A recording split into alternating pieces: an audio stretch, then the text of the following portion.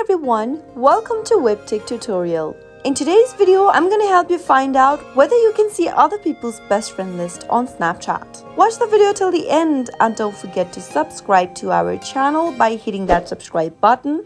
Press the notification bell icon so that you'll never miss another upcoming upload from us. Now let's get started with the video. Snapchat is one of the most popular social networking platforms that has gathered a massive follower base from around the world. When it comes to knowing other people's best friend list on Snapchat, I will have to tell you that no, Snapchat does not let you see other people's closest friends on the application, but you can obviously see your closest Snapchat friends. Beforehand, people could first see the best friends of other Snapchat users, but the capability was quickly blocked by the Snapchat. So, users will be able to see only their own best friends on the platform. In order to see that, you can simply know if someone is your best friend by examining this happy smiley emoji that is displayed right next to your Snapchat friend's name, and that way you can easily tell who your closest friends are on the program.